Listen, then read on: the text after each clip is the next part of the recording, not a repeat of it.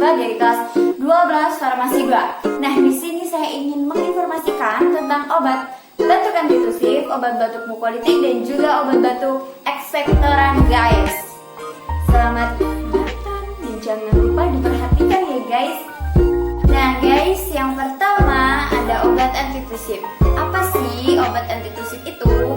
Obat antitusif itu adalah obat yang digunakan untuk mengobati batuk kering.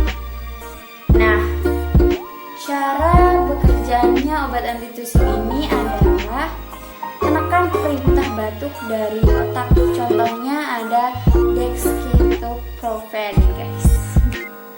Nah, gimana sih untuk dosisnya, efek sampingnya? Baca, guys.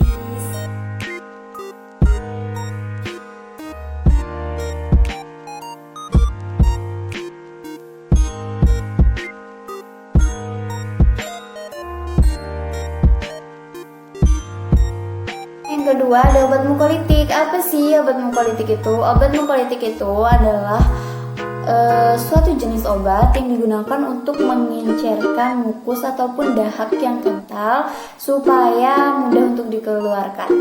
Nah, obat ini bekerja dengan cara melepaskan ikatan gugus sulfidril pada mukoprotein dan mukopolisakarida sehingga menurunkan viskositas mukus. Untuk dosis efek samping silahkan dibaca, guys.